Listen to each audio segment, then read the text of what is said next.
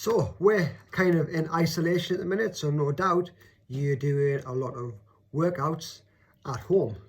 Now, just like to put out a disclaimer right now, I'm at home with 2 kids at the minute. They're locked in the conservatory, not really locked in, but the door is closed.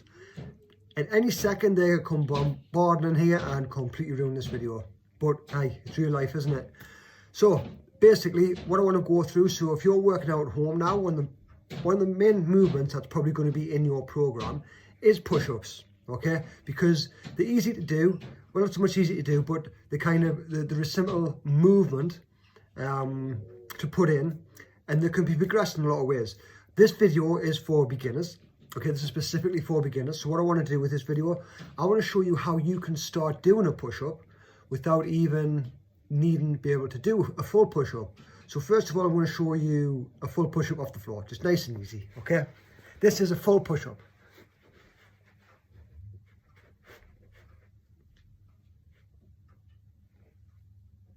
Okay, I'll just show you that from the front. I want you to pay particular attention to my elbows.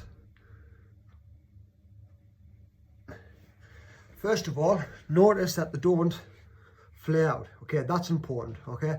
So when you're doing a push-up, just make sure that your elbows are in and you're kind of in that position. If I was to look over the top of us, I would look like an arrow, okay? As opposed to a T. And what I mean by that, if I was like a T, my elbows would be flared instead of tucked in, okay? So now where do you start?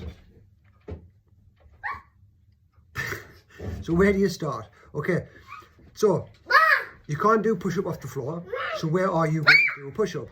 Well, first of all, what you have to do is you have to elevate your upper body and make it a little bit easier. So if you have something like a coffee table or something even higher, makes it a little bit easier, so I'll show you that. So going from the floor, that is your push-up position, making it easier by using one of these.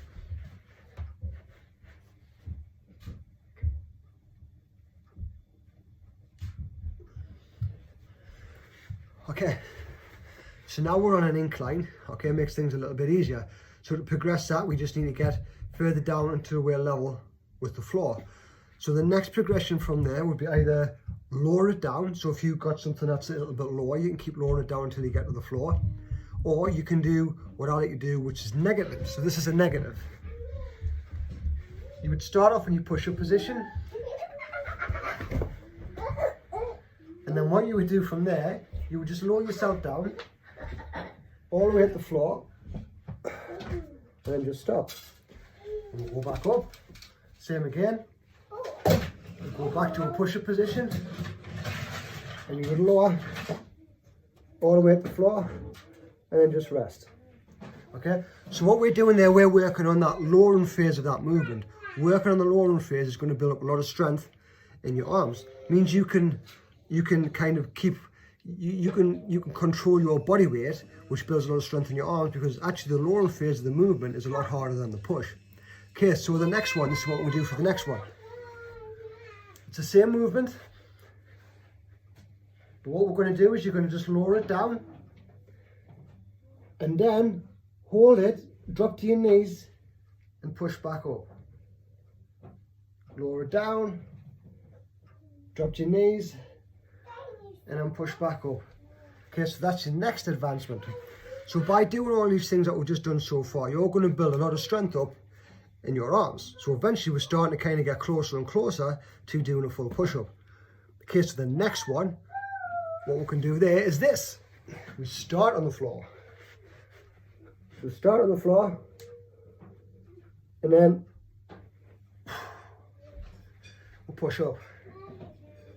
Start on the floor, and then push up.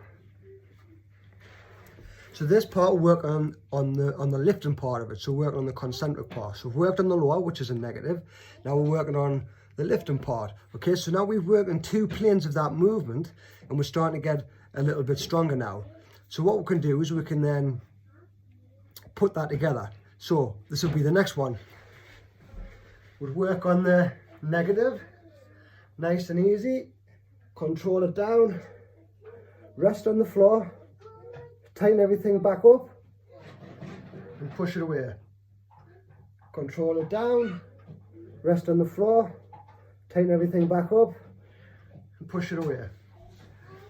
Yeah, and then obviously the next progression from that is just a push-up. This time you don't rest on the floor. So this time you control it down, stop just before the floor, and then push that back up. Okay, so as we're in isolation, you're going to have a lot more time on your hands. So instead of just jumping around the living room doing lots of burpees, work on something like developing a push-up. So if you can't do a push-up, it's an ideal time to start to do that. So that's the levels of progression. So the first one you've got is just elevate your upper body.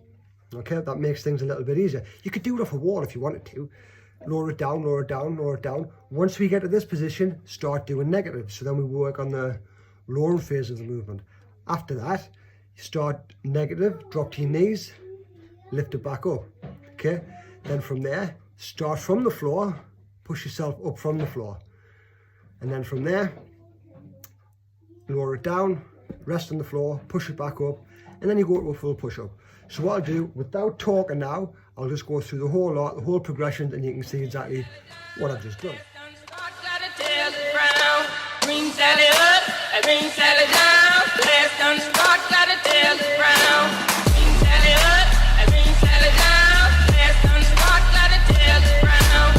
Green Sally up, green Sally down, last done start, gotta tell the ground. Green Sally up, green Sally down, last done start, gotta tell the ground. Green Sally up, green Sally down, last done start, gotta tell the ground. Oh, Miss Lucy,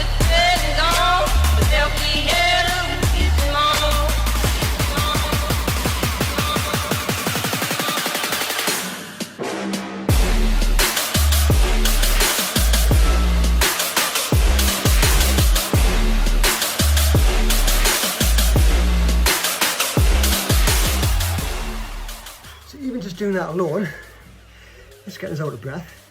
My arms are pumped up, really burning. So you're going to get a workout with that alone. It doesn't have to be all about jumping around, doing burpees. Do something progressive, do something that's going to actually benefit you for when you actually finish all this and you go back to the gym. Hope that helped. Any questions? Just let us know.